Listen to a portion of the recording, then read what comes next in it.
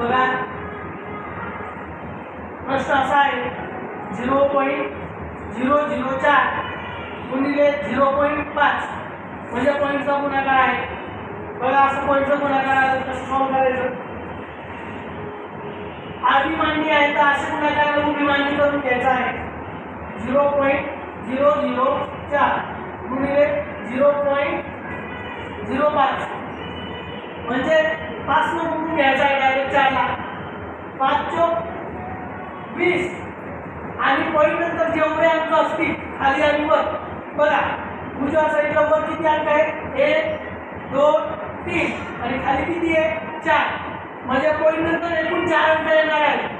मग ऑलरेडी आपल्याजवळ 2 अंक आहेत म्हणजे 1 आणि 2 म्हणजे राहिलेले जेवढे अंक कमी पडत असतील तेवढे शून्य देऊन टाकायचे म्हणजे 1 2 आणि त्याच्या डाव्या बाजूला पॉईंट देऊन टाकायचा म्हणजे इथं दिला पॉईंट एकूण 0 द्यायचं।